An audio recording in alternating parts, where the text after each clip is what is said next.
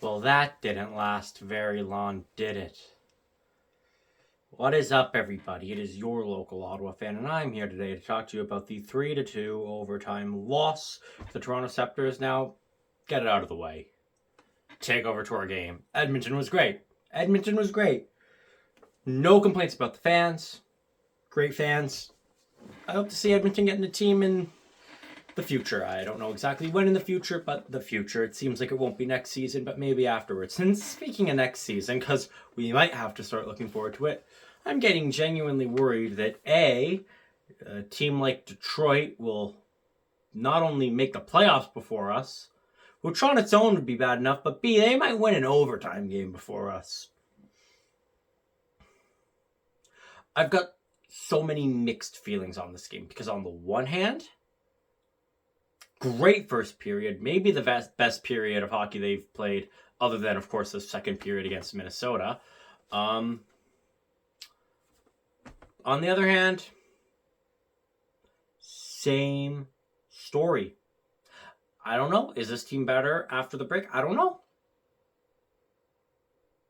But if they scored 3 goals in regulation, 1 in regulation, made a bit more of a statement, I could say, okay, maybe this team's different. But guess what happened? Lack of scoring and penalties. Now, there was some good. The best being that while, yes, we got 2 goals, they were both power play goals. On a power play that's looked pretty bad so far this season. In 3 games, and we've gotten 3 goals in 2 games. Back-to-back games with a power play goal. I'm okay with that. And look who scored. Gabby Hughes. Tristan Venisova. I mean, 2 goals. 3 goals. That was last game. This game, they each get 1. Maybe Gabby's heating up. Maybe Vanny's heating up. Maybe they're going to have a monster second half, and we need our scorers to have a monster second half. Let's break the game down. Early penalty against Toronto, and we need to make it matter, and we do. Gabby Hughes scores, makes him pay on the power play, just outweights the goaltender. 1-0 Ottawa. We score on the power play, back-to-back games, great start, 1-0. After the goal, we're energized and we're the way better team. Out-shooting, out-playing, and thus far outscoring them. At the end of the period, it was 17-2 in shots. We had a few great chances. Redacne was robbed on a one-timer. That's the thing. I don't want to act like this was, where, we had chances and we were blowing it. A lot of them, it was like, yeah, nothing more you could do there. So Redacne's one-timer, it was robbery. I think she scores that 9 times out of 10. It took them like more than half a period to get a shot, to register a shot on goal. It was the most absolute domination. McMahon gets a breakaway, tripped. There isn't a penalty shot, which I thought there should have been, but that's okay. We got a power play. Can we make them pay? No. We have a good power play, another good power play, but we can't quite score. We had another one where great pass from Jinsey Rose. Brianne Jenner almost scores, can't quite get the puck on her stick in time to make it too dangerous of a chance, but you could tell that if things were just a little cleaner, that would have been a surefire goal. We're the better team. Plain and simple. First period, we were the better team. Up 1-0. And after the first period, I had mixed feelings. I was like, on the one hand, I should be happy. We're up. We're leading. And we just had a dominant performance. But there was that voice in the back of my head. The voice that's been watching the Ottawa Charge for a season and a half now. I said, ooh, they needed more. To have a period that good and come away with 1 goal, yikes. We were up 1-0. We were up. We were leading. And we just had a 17-2 period. And I had a twinge of worry that we didn't do enough. I wish I could say that doubt was proven wrong. Second period, opposite story. absolute opposite story. We take a penalty early on. Now, this is one of the rare times where I'll say I felt the penalty was a bit more justified than some of the other ones we'd taken. I think Toronto would have had a very good scoring chance if it wasn't for this penalty being taken. But still, we shouldn't be putting ourselves in positions where we need to take penalties. So, still bad. And don't worry, we're going to take a whole bunch more penalties that will ultimately take us. We got a good kill. But like I said, tilted ice the other way. It's all Toronto, all Toronto. Fast nearly ties the game. Maschmeyer somehow finds a way to make a save. And then, with a little over 5 minutes left in the second, a period that has been all Toronto. For 15 minutes, we've held them off. We take a penalty. We already killed one off. Toronto looked good on that penalty. Not great, but they look good. What do you think happens? I mean, we had a good kill once. They're the best power play in the league. If you keep giving them chances, guess what they do? They score. And of course, it was Daryl Watts who scores to tie the game at 1. Okay. Yes, scoring 1 or 2 goals has been a storyline all season. Yes, bad penalties, storyline all season. But we can rewrite this. Emily Clark with a great play. She draws a penalty and gets the shot off. Like I said, great play. She had a great game. She had another play later in the third where she just does some mind-bogglingly great moves. It looked like she was going to score, and even though she didn't, still highlight reel.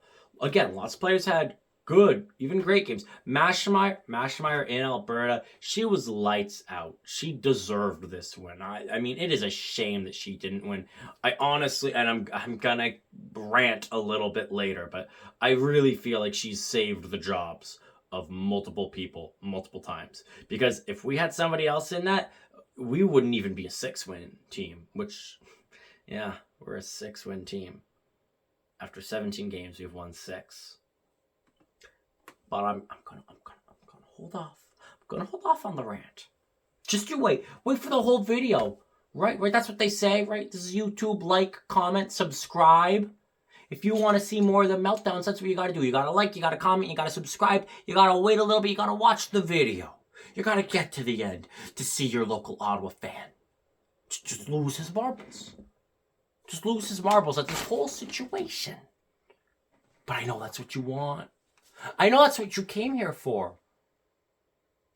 I wish I could say that I was like, a Steve Dangle type where like, oh, all my videos that are losses, they do better than the videos that are wins. The problem is I barely have any videos that are wins.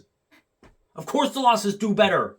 Okay, the Sens do pretty good. Obviously, talking about the NHL will always do pretty good. But in terms of PWHL, yeah, you need to go down to find a win. You want to know why? Because that's just the objective fact. We lose about twice as often as we win, so I can't really complain about it, can I?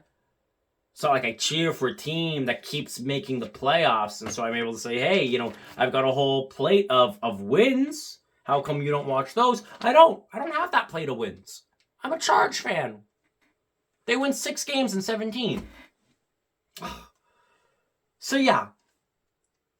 Emily Clark gets the penalty. What do you think we do? Do you think we take advantage, score on the power play, despite that goal that we let in because we took a bad penalty, we still come out of the period with a lead? Do you think we at least use this power play to gain a little bit of momentum? Yes, it's been tilted in Toronto's favor, but hey, we can get some momentum back going into the third all tied up. No, we take a penalty.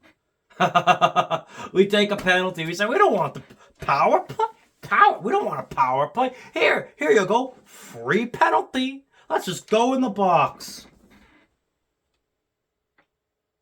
There was actually a few jailbreak chances.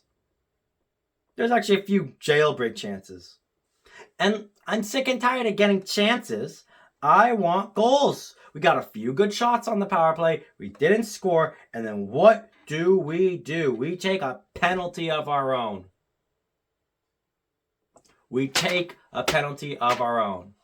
any momentum that we might have gotten from that power play evaporates. And like I said, it was shaky, but if there was any momentum, it's gone. And you want to know why it's gone? Because when Toronto, best power play in the league, comes back out, they score.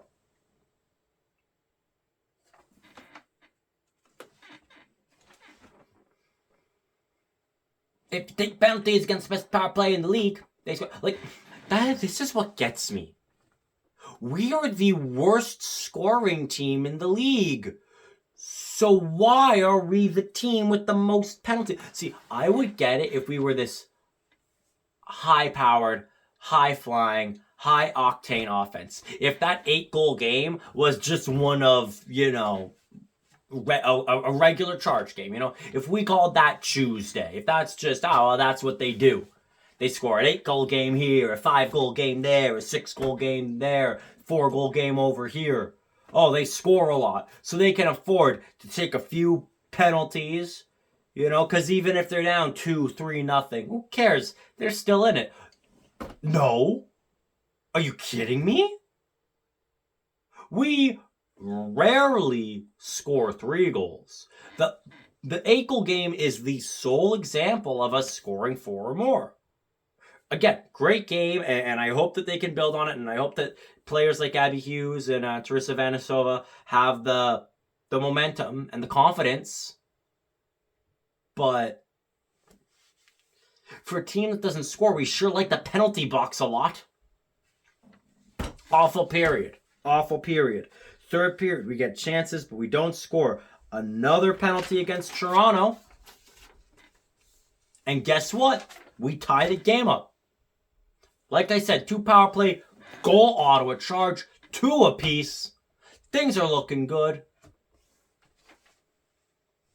We get a missile by Vanisova to tie it up. 4 goals in 2 games. She is playing phenomenally. And I hope she continues this offensive streak because we need it. We get another power play. And what looked like it might have been offsetting minors, it ends up being a double minor on Toronto. And just 1 on us. So we sit in the box for 2 minutes. They sit in the box for 4. That's a power play. And not good. Not a good power play. And what do we follow up a bad power play with? Did you guess we take a penalty of our own? Because if you did, congratulations, you win the prize. What is the prize? The prize is watching us crumble. We don't get scored on. We don't get scored on, but we are not giving ourselves any favors. And it's like we forget that we haven't won in overtime as a franchise. We have 1 shootout. We're 1-4 in shootouts, 1-9 after regulation, after today. And we are now 0-6 in the shootout. And going into this game, we were 0-5. And Toronto damn near ended this game. Toronto almost made us pay immediately. Toronto had a flurry of chances that Maschmeyer somehow left out. And after we kill off the penalty, Toronto gets a 2-on-1 and Maschmeyer just robs them. Maschmeyer willed this game into overtime. Toronto, in my opinion, should have won the game in the 3rd. They should have ended it on that power play. They had chance after chance on that power play to send us home by regulation. Gabby Hughes went down with an injury. She ended up playing in overtime. I will lose it if Hughes is out long term. I mean, she did play later in the game, so I'm hoping that it was a, precautionary. Because if we don't have Gabby Hughes, I don't think we have a season at all. And I'm going to explain why I think our season's already in pretty dire of a situation. Without Gabby Hughes, we can just pack it up. We can say, all right, next season. There's always next year. Vanny Shove, again, she's been playing great. Gets a break, draws a penalty, back on the power play. I'm like, finish them here. Early chance, but it's saved. It's a great power play. Lots of chances. Good chances. So we take a penalty of our own.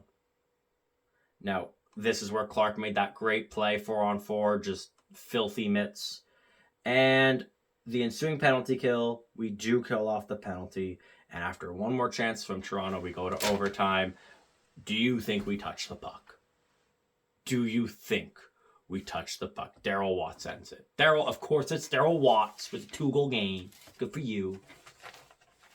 3-2, Toronto wins. No team deserves an overtime win or needs an overtime win more than to the Toronto fans saying, yay, the overtime curse is broken. You have no idea what an overtime curse is. You don't even have a concept of an idea of what an overtime curse is. You had a few bad games, is what you had. We have a curse that has extended across multiple seasons. You do not get to come here and tell me, an Ottawa Charge fan, what an overtime curse even begins to potentially maybe look like. You have not seen the horrors that I have seen, and I have seen the horrors. I saw it last season, and I've seen it come back in full force this season. You know where we stand in the standings? We stand 5th, right behind New York. Oh, we're very comfortable here, aren't we? Aren't we? It's going to be so boring when the same 4 teams make the playoffs again. Like, it's going to be the most boring thing, right? Like, we all agree, right? That if Ottawa and New York both miss the playoffs, which right now, that's where it's trending. That's going to be the most boring outcome. Nobody wants that. Seriously, who wants that? To those Toronto fans that are smugly being like, I do. Really? You want to face Boston in round 1?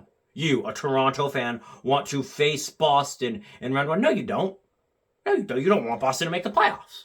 You don't want Montreal to make the playoffs. You're a Toronto fan. You're a Montreal fan. You're like, yeah, I like this. No, you don't. Yeah. Really? Really? You'd prefer Toronto and Boston over New York? Really? Nobody, like, yes, everybody wants their team to make the playoffs, but I feel like everybody is like, oh yeah, it'd be nice if Ottawa and New York made the playoffs. Or at least one of them, get at least one new team in the postseason this year. And this is my problem. I feel like we're at an impasse. This game has really put us in a nasty spot. We are one game back. We have one game in hand on Toronto.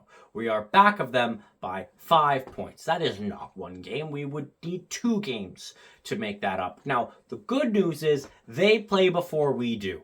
So if they were to lose their game and stay at 5 or 6 points, then we would have 2 games in hand and be 2 wins behind them. The ability to come back and overtake them. The problem is who they play. They play New York, the team that we are ahead of by a single point. So basically what we need to happen is for New York to beat Toronto, and New York will go ahead of us by 1 or 2 points. But we'll have a game in hand on New York and 2 games in hand on Toronto, and then we will need to beat Boston, and then we will need to beat Montreal, a team that has had our number all season. And then we, if we're lucky, might have assuming that New York will also lose their game, we can maybe have like a 1-point lead or be tied for 4th place. I watched the Minnesota-Montreal game, hoping that Montreal would win so that, we would have 2 games in hand on Minnesota and beat 2 games. But no, Minnesota won. Boston, I think Boston has a game in hand on us and is at 26 points. So that's a non-starter. We are 5 points out of a playoff spot. 5 points. And we don't have that many games left. We have a dangerously low amount of games left. If we get to game 20 and we're 12 or 13 points out of the playoffs, which isn't out of the realm of possibility, Like, yeah, you can make that up, but really think about what that entails. That entails us winning, like, at least 4 or 5 games more than one of our opponents in 10. That means that we would probably need one team to, like, go 2-8, and we would need to get at least 6 wins, matching our season total. Because we're at 6 wins. The only good news is I look at the rest of our schedule. I see Montreal twice. I see Toronto once. And honestly, we haven't fared too well against them. We've fared pretty decent against New York and Minnesota. And we faced New York thrice. We faced Minnesota thrice. So that right there is 18 points. And I think minimum you need 12. I think like anything other than that is unacceptable. We also faced Boston 4 times. I think there's another 6 point. You need, again, minimum 6 points. Minimum, you need to win at least 2 of those games. And the 4 games, or the 3 games between Montreal and Toronto, you need at least 3 points out of that. Or at least, that's 9 points, so at least 5 points out of that. You need at least 2 wins. 1 can be in overtime, or a win and 2 overtime losses. But that's what I think it'll take for us to make the playoffs. I might be wrong, but that's what I think it will take. And is it feasible? Yeah, but it's hard. It's not a good spot, and this is what I want to talk about. Who are we? I've been harping on this. I've been harping on this. I feel like for a while now, and this is where I'm not gonna start. I gotta tell myself I'm not gonna start making big, large, sweeping claims until the game 20 mark. That's when I'm really gonna. If we get to game 20 and we are 4+ points out of a playoff spot with not enough games in hand to catch up, the game 20 will be a fun one. You're gonna want to watch. Like I said, like, comment, and subscribe. Ring that bell if you want to really see me lose it. But until we get to that point, I gotta ask, who are we? What is our identity? Because I feel like we're the team that hands out friendship bracelets. And don't get me wrong, I like the friendship bracelets, but do you get what I mean? Okay, I'll explain it. Hockey is fun no matter what. I love the Ottawa Charge. Win or lose, I'll be at the games. Win or lose, I'm going to be a Charge fan. Ride or die. I'm always going to be rooting for the Charge. So long as this team is in this city, I will be there day in, day out, repping this team, repping these colors.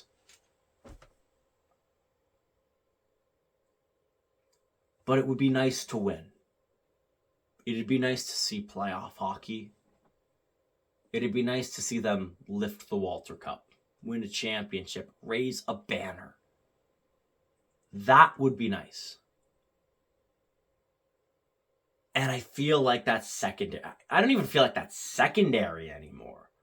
I feel like that's 3rd or 4th on the list. And you play hockey to win. Like, yes, you play to have fun, but you play to, especially in the professional women's hockey league, we play to win. So where's the winning? Every time it goes to overtime, I'm honestly at a point where it's like, next time it goes to overtime, get the puck and pull the goalie. Because irregardless of if the goaltender's in net, we get scored on.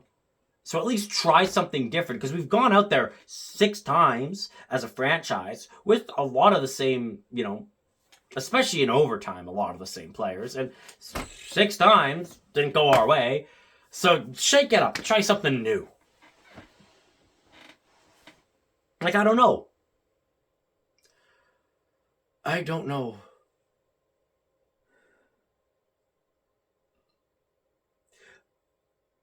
But if this team is serious about winning, they need to get serious about winning.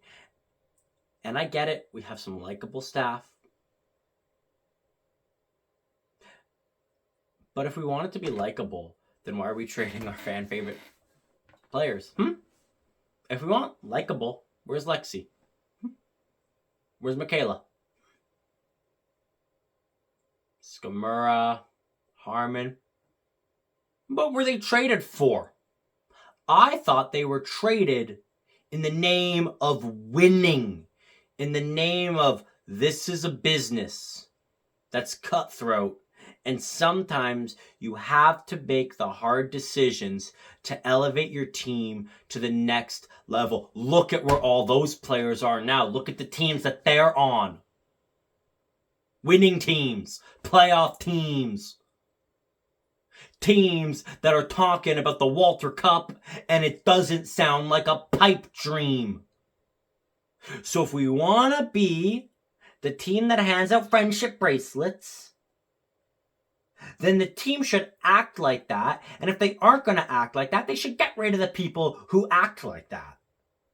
And if this team is not just about friendship, kumbaya, let's all just have fun, if they are about winning, then when you don't win, you make decisions, some tough decisions that will change that. And you will look inward and say, what hasn't changed? What could we change?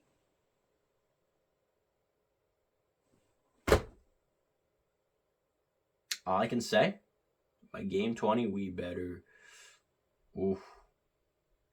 have 8 wins by game 20. I'm going to say it. If we don't have 8 wins by game 20, even if they're 2 overtime wins, I don't care. I mean, I doubt we'll have an overtime win by game 30, but who knows? You know, anything's possible in this league. And I believe every time it goes to overtime, despite the fact that I've seen the same result over and over and over again, I'm like, oh, but this will be the one. So if we get to Boston, when Boston comes to Ottawa, if we get to overtime, you know that I'll be like, oh, but maybe this will be the game. And if they make it 0-7, I'll be like, we'll get them next time. But until next time, as always, go, Ottawa. Go!